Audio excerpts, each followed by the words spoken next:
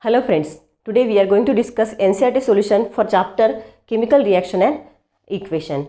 Along with the solution, we are also going to discuss some points which will definitely help you in writing your exam.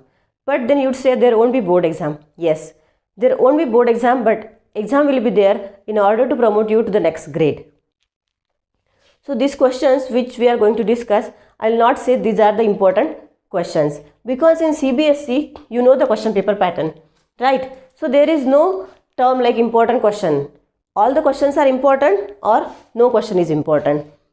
So my aim is to make you understand the topic so that you can tackle with any question. You can deal with any question which you come across. Okay, so without wasting much time, let's start. So first question is, why should a magnesium ribbon be cleaned before burning in air? We know that magnesium is one of the most reactive metals and it reacts with the atmospheric oxygen to form a layer of magnesium oxide. And this magnesium oxide is a stable compound. Once it is formed, it will not react further. Therefore, we have to remove this layer before burning in air. And this is done by using a sandpaper. When we rub the ribbon with the sandpaper, the layer of magnesium oxide will be removed and then we can burn the magnesium ribbon in the air. And magnesium ribbon burns with brilliant white flame. You might have done this experiment in school. Okay. So the answer of this question is magnesium ribbon should be cleaned before burning in air because magnesium metal react with atmospheric oxygen. The oxygen which is present in the atmosphere. It forms a layer of magnesium oxide which is a stable compound. Once it is formed, it will not react further. And therefore, if we have to burn the magnesium ribbon in the air, we have to remove the layer of magnesium oxide. And this is done by using a sandpaper. So this is the reaction of magnesium with atmospheric oxygen. Now in context to this question, we'll study how the different metals in reactivity series reacts with oxygen. You know reactivity series, right? So reactivity series of metals you have to learn. There is no option for that. You have to memorize this reactivity series. Potassium and sodium react vigorously with oxygen and therefore they are kept immersed in kerosene so that they shouldn't react with the oxygen.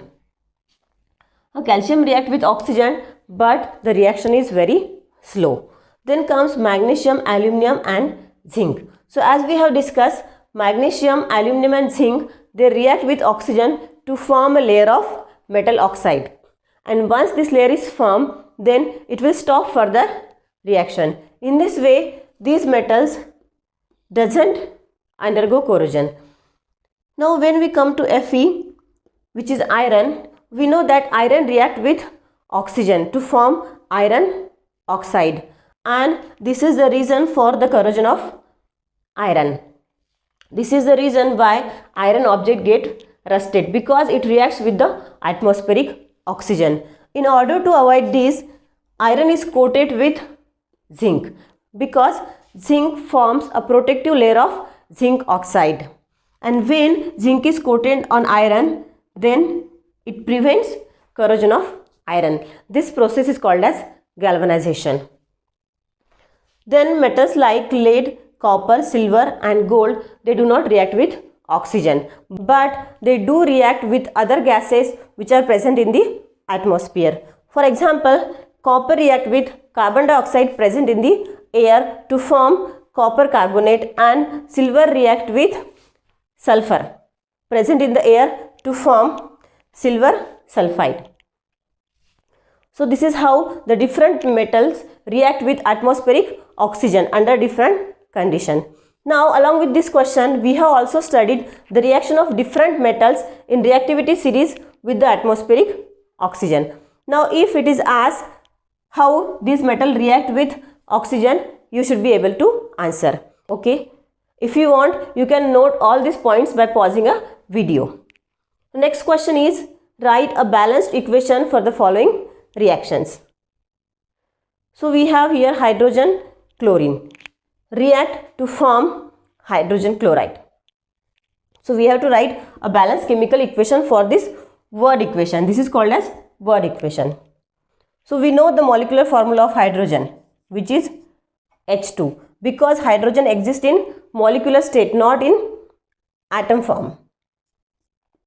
And molecular formula of chlorine is Cl2, because both are diatomic molecules, means two atoms combine together to form a molecule and they react with each other to form hydrogen chloride.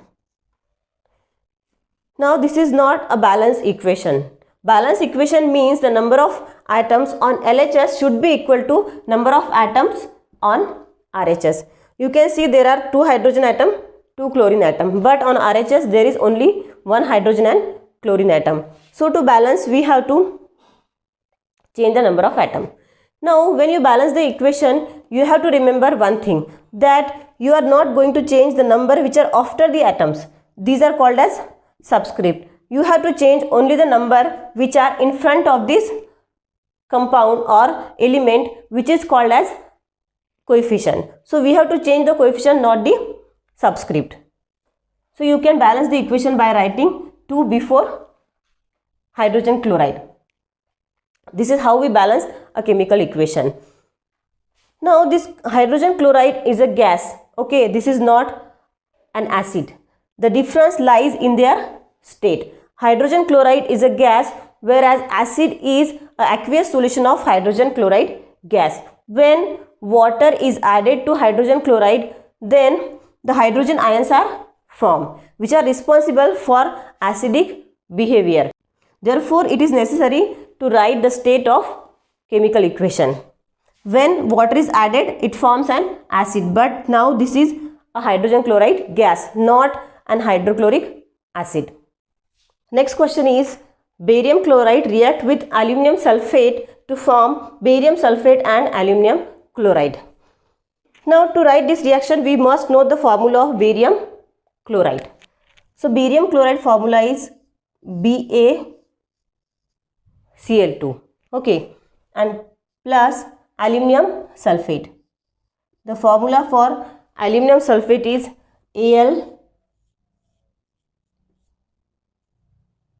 Al2SO4/3.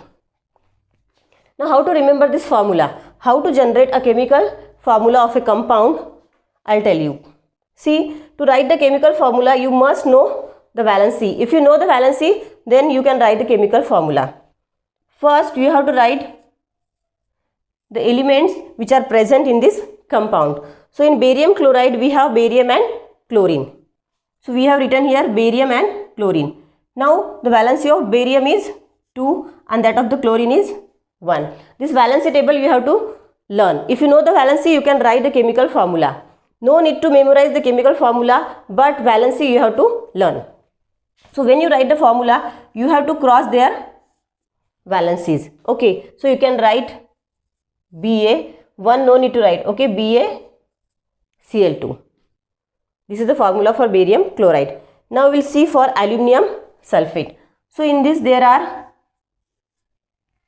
2 groups. Aluminum is an element and SO4 is a radical, or in simple language you can call it as a group. So valency of aluminum is 3 and the sulfate group is 2. So when write the chemical formula, cross their valencies. You can write now Al2 and SO4. Now this SO4 we have to write in bracket as there are 2 elements. So SO4/3. This is the formula of aluminum sulfate, Al2SO4/3. No need to learn the formula, just you can generate the formula if you know their valencies. So when barium chloride react with aluminum sulfate, it forms barium sulfate. Now again the formula for barium sulfate is BaSO4. Since their valencies are same, so their valency will cancel out when you write the chemical formula. Therefore the formula will be BaSO4 and aluminum chloride is AlCl3, because the valency of aluminum is 3 and chlorine is 1. So the chemical formula is AlCl3. Now we have to balance this chemical equation. Okay, you can see there are 2 aluminum atom, but here there is only 1 aluminum atom. Chlorine is 2 and on RHS we have 3 chlorine. So we will write here 3. 3. As we discussed, we have to change only the coefficient, not the subscript. So now we got 3 barium atom and 3 to the 6 chlorine atom. So we'll write here 3. Okay, now you can see sulfate ions are 3 and here there are 3. Aluminium is 2. So again you have to write here 2. Now 2 3s are 6. Chlorine atom also 6. Aluminium 2, here also 2. Sulfate 3, here also sulfate 3. Now this reaction is balanced. Okay. Now can you tell me which type of reaction is this? The reaction of barium chloride with aluminum sulfate is precipitation reaction and also double displacement reaction. This is double displacement reaction because there is a exchange of ion between two compounds to form two new compound, and therefore this is double displacement reaction. And precipitation reaction because a solid precipitate is formed. A compound which is a precipitate is formed in this reaction, and therefore this reaction is also called as precipitation reaction. So this is precipitation as well as double displacement reaction. This is our third reaction, which is reaction of sodium with water to produce sodium hydroxide and hydrogen. Let's write the reaction. Sodium Na plus water react together to form sodium hydroxide. Sodium hydroxide is NaOH. Sodium hydroxide is a base plus hydrogen. Okay. Sodium reacts with water to produce sodium hydroxide and hydrogen. Now we have to balance the reaction. You can see on RHS there are 3 hydrogen atoms. So we have to write 2 on LHS. Now there are 4 hydrogen atoms. Okay. And here only 3. So to balance the reaction, again we have to write 2 in front of sodium hydroxide. Now if we check the number of atoms, you can see on RHS there are 2 sodium atoms, but on LHS there is only 1 sodium atom. So again we have to write 2 in front of sodium atom. Now check whether the reaction is balanced. 2 sodium atom, here also 2. Then hydrogen 4, 2 to the 4. Here also 2 plus 2, 4. 2 oxygen, again 2 oxygen. This 2 is common for hydrogen as well as oxygen. Now this reaction is balanced. So this is a reaction of sodium with water. Let's now study the reaction of different metals with water.